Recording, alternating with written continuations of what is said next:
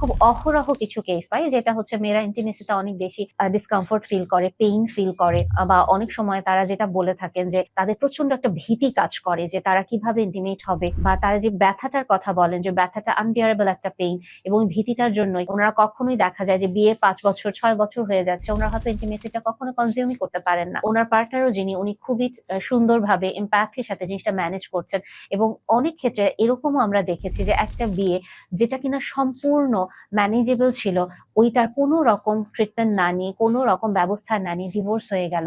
এবং পরবর্তীতে যখন আসলো ডিভোর্সের পরে, তখন ওটা নিয়ে আসলে বোঝা গেল যেটা তো আসলে চিকিৎসা করলেই জিনিসটা ঠিক হয়ে যেত। এছাড়াও মেয়েদের আরো বিভিন্ন রকমের কজ থাকে। অনেক ক্ষেত্রে দেখা যায় কারো কারো ক্ষেত্রে সে কখনো হয়তো অর্গাজমটাই ফিল করতে পারে না, আবার কখনো কখনো এরকমও হয় যে কারো কারো চাহিদা বেশিই থাকে। এই প্রত্যেকটা সমস্যার কিন্তু সমাধান আছে, এবং অনেকের ক্ষেত্রে এটাও হয় ফিজিক্যাল ইন্টিমেসি যে আগ্রহটা, ওই আগ্রহটা পুরোপুরি অনুভবই করেন না মেয়েদের ক্ষেত্রে। এবং যখন একজন মেয়ে এরকম কোনো আগ্রহ অনুভব করেন না, ওনার যে নিরাসক্তি ভাবটা, এটা অনেক সময় হাজবেন্ডকে এফেক্ট করে এবং হাজবেন্ডের আত্মবিশ্বাসটা তখন নড়ে যায়।